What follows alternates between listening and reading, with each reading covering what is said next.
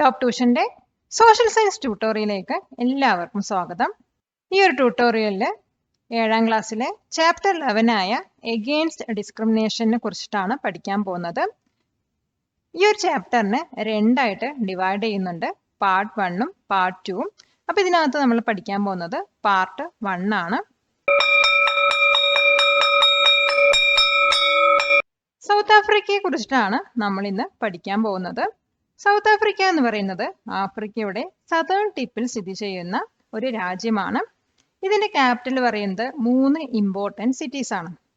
17th സെഞ്ചുറിയിലും 18th സെഞ്ചുറിയിലും south ആഫ്രിക്കയിൽ കുടിയേറിയ French, Dutch, German, European വംശജനാണ് ബോയേഴ്സ് എന്ന് പറയുന്നത്. ഇവര് ബ്രിട്ടീഷുമായിട്ടുള്ള സംഘർഷങ്ങൾ മൂലം, പ്രത്യേകിച്ച് ബോയേഴ്സ് വാസൊക്കെ ബ്രിട്ടീഷുകാരുമായിട്ടുള്ള യുദ്ധത്തിന് കാരണമായി. യുദ്ധത്തിൻ്റെയൊക്കെ അവസാനം ബ്രിട്ടീഷുകാർ ജയിക്കുകയും അവര് സൗത്ത് ആഫ്രിക്ക ഭരണം ഏറ്റെടുക്കുകയും ചെയ്തു. അപ്പൊ ഇവയെ കുറിച്ചിട്ടാണ് ഈ ഒരു ക്ലാസ്സിൽ നമ്മൾ പഠിക്കാൻ പോകുന്നത്. സൗത്ത് ആഫ്രിക്കയുടെ ലൊക്കേഷനും അതുപോലെ തന്നെ ജിയോഗ്രാഫിക്കൽ ഫീച്ചേഴ്സിനെ കുറിച്ചിട്ടാണ് നമ്മൾ ആദ്യം പഠിക്കാൻ പോകുന്നത്. സൗത്ത് ആഫ്രിക്ക പറയുന്നത് ആഫ്രിക്കയുടെ സതേൺ ടിപ്പിലാണ് സ്ഥിതി ചെയ്യുന്നത്. അതോടൊപ്പം തന്നെ ഇന്ത്യൻ ഓഷ്യന്റെയും അറ്റ്ലാന്റിക് ഓഷ്യന്റെയും ഇടയിലാണ് ഈ ഒരു രാജ്യം കിടക്കുന്നത്. ഇത് വന്നിട്ട് 30 ഡിഗ്രി സൗത്ത് ലാറ്റിറ്റ്യൂഡും അതുപോലെ തന്നെ 25 ഡിഗ്രി ഈസ്റ്റ് ലോങ്ങിറ്റ്യൂഡിലാണ് അപ്രോക്സിമേറ്റ് ആയിട്ട് ലൊക്കേറ്റ് ചെയ്യുന്നത്. ഇവിടെ നമുക്ക് കാണപ്പെടുന്ന ഡിഫറെന്റ് ലാൻഡ്സ്കേപ്സ് പറയുന്നത് plains, plateaus, desert, mountains, rivers, waterfalls എന്നിവയൊക്കെയാണ്. നെക്സ്റ്റ് നമ്മൾ പഠിക്കാൻ പോകുന്നത് സൗത്ത് ആഫ്രിക്കയുടെ നൈബറിംഗ് കൺട്രീസിനെ കുറിച്ചിട്ടാണ്. അപ്പൊ സൗത്ത് ആഫ്രിക്കയായിട്ട് ഇമ്പോർട്ടൻ്റ് ആയിട്ട് 5 നൈബറിംഗ് കൺട്രീസ് ആണ് ഉള്ളത്. അതിൽ ഒന്ന് വന്നത് നമീബിയ, അത് സൗത്ത് ആഫ്രിക്കയുടെ വെസ്റ്റിലാണ് കിടക്കുന്നത്. പിന്നെ വന്നത് ബോട്സ്വാന, നോർത്ത് വെസ്റ്റിൽ കിടക്കുന്നു. പിന്നെ സിംബാബ്വെ നോർത്തിൽ കിടക്കുന്നു. മൊസാംബിക് വന്നിട്ട് നോർത്ത് ഈസ്റ്റിന്റെയും ഈസ്റ്റിന്റെയും ഇടയിൽ കിടക്കുന്നത്. പിന്നെ വരുന്നതാണ് എസ്വത്തിനി, അത് വന്നിട്ട് ഫോർമലി സ്വാസിലാൻഡ് എന്നാണ് അറിയപ്പെടുന്നത്, അത് ഈസ്റ്റിലെയാണ് കിടക്കുന്നത്. സൗത്ത് ആഫ്രിക്കയുടെ നൈബറിംഗ് കൺട്രീസിനെ കുറിച്ചിട്ട് പഠിക്കാം. സൗത്ത് ആഫ്രിക്കയുടെ വെസ്റ്റിൽ കിടക്കുന്ന നൈബറിംഗ് കൺട്രി എന്ന് പറയുന്നത് നമീബിയാണ്. പിന്നെ നോർത്ത് വെസ്റ്റിൽ വരുന്നത് ബോട്സ്വാന, നോർത്തിൽ വരുന്നത് സിംബാബ്വെ, നോർത്ത് ഈസ്റ്റും വരുന്നത് മൊസാംബിക്. പിന്നെ വരുന്നതാണ് എസ്വാനി, അതായത് സൗത്ത് ആഫ്രിക്കയുടെ ഈസ്റ്റിലാണ് കിടക്കുന്നത്. ഇതിന്റെ ഫോമർ നെയിം പറയുന്നത് സ്വാസിലാൻഡ് എന്നാണ്.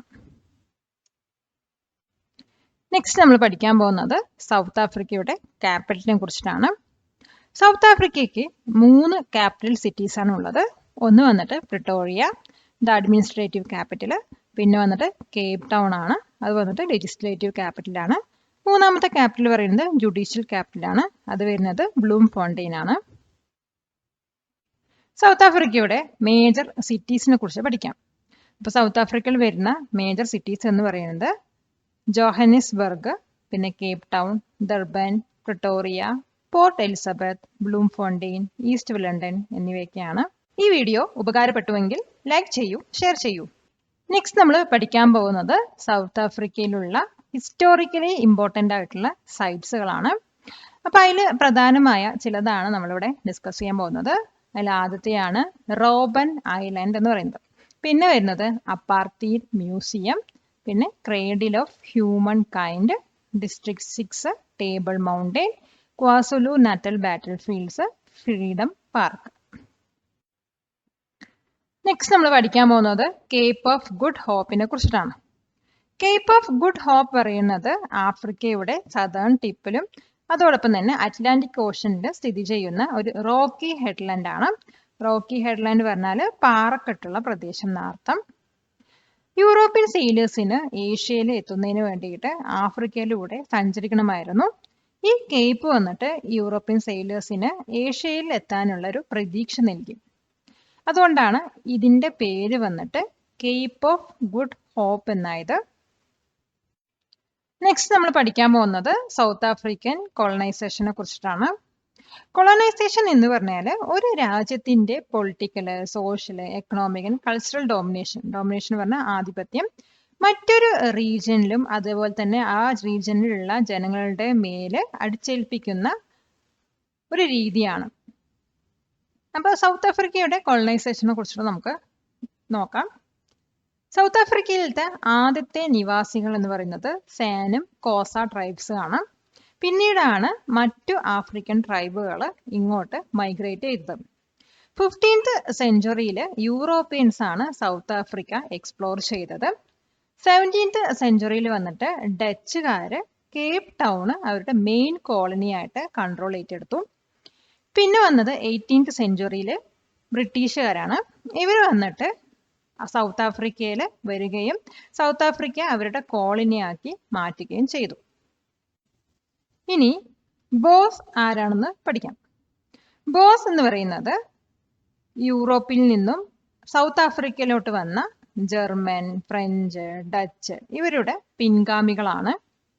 അപ്പോൾ ബോർ പറഞ്ഞത് ഒരു ഡച്ച് വേർഡാണ്. അതിൻ്റെ അർത്ഥം എന്ന് പറയുന്നത് ഫാം എന്നാണ്. പിന്നീടാണ് ഈ ബോസിനെ മാറ്റിയിട്ട് അവർ ആഫ്രിക്കനറായി. പിന്നെ അവരുടെ ലാംഗ്വേജ്, കൾച്ചറൊക്കെ ആഫ്രിക്കൻസ് ആയിട്ട് മാറിയത്.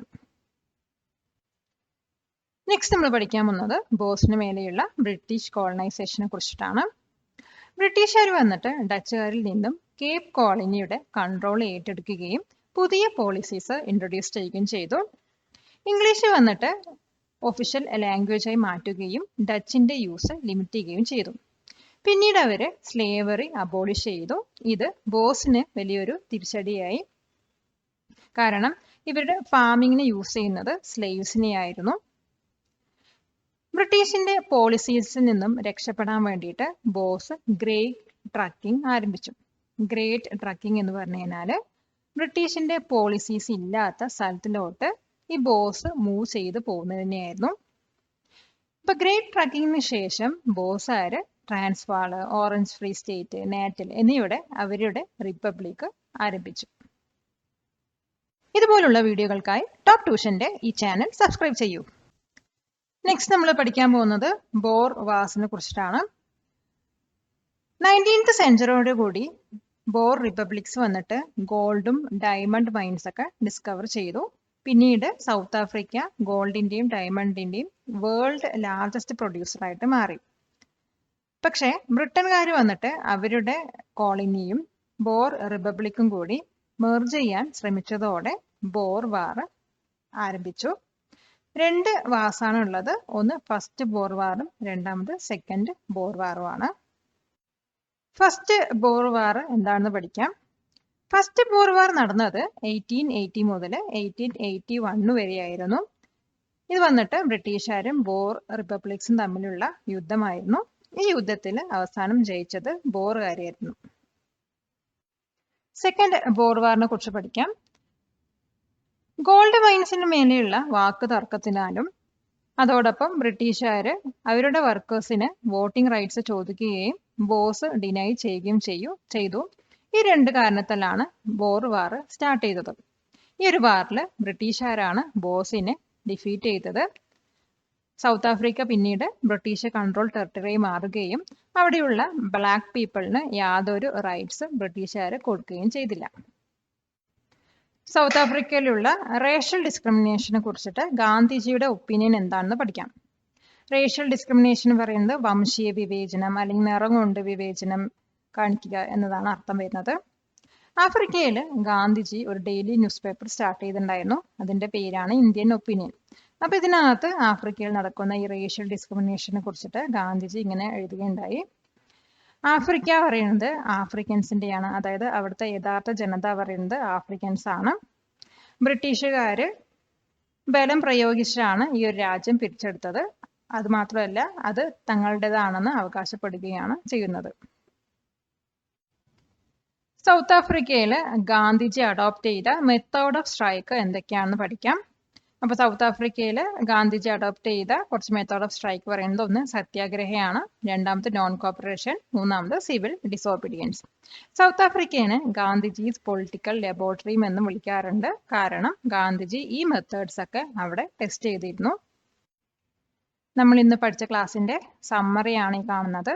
ഇതിനകത്ത് നമ്മൾ ആദ്യം പഠിച്ചത് സൗത്ത് ആഫ്രിക്കയുടെ ലൊക്കേഷനും ജിയോഗ്രാഫിക്കൽ ഫീച്ചേഴ്സിനെ കുറിച്ചിട്ടാണ്. പിന്നെ സൗത്ത് ആഫ്രിക്കയുടെ നൈബറിംഗ് കൺട്രീസ്, ക്യാപിറ്റല്, സൗത്ത് ആഫ്രിക്കയിൽ വരുന്ന മേജർ സിറ്റീസിനെ കുറിച്ച് പഠിച്ചു. പിന്നെ നമ്മൾ പഠിച്ചത് കേപ്പ് ഓഫ് ഗുഡ് ഹോപ്പ് എന്താണ്, സൗത്ത് ആഫ്രിക്കയിൽ നടക്കുന്ന കോളനൈസേഷൻ എന്താണ്, അതുപോലെ ബോർ വാസ് എന്താണ്, അതിൽ വരുന്ന 2 വാസ് ഏതൊക്കെയാണെന്ന് പഠിച്ചു. പിന്നെ നമ്മൾ പഠിച്ചത് സൗത്ത് ആഫ്രിക്കയിൽ നടക്കുന്ന റേഷ്യൽ ഡിസ്ക്രിമിനേഷനെ കുറിച്ചിട്ട് ഗാന്ധിജിയുടെ ഒപ്പീനിയൻ എന്താണ്, അവിടെ ഗാന്ധിജി ടെസ്റ്റ് ചെയ്ത മെത്തേഡ് ഓഫ് സ്ട്രൈക്ക് ഏതൊക്കെയാണ് എന്നിവയെ കുറിച്ചിട്ടാണ് നമ്മൾ ഈ ഒരു ക്ലാസ്സിൽ പഠിച്ചത്. പാലക്കാട് നിവാസികളെ ഞങ്ങളുടെ ക്ലാസ് റൂം ട്യൂഷനിലേക്ക് സ്വാഗതം ചെയ്യുന്നു. മറ്റൊരു വീഡിയോയുമായി വീണ്ടും കാണാം.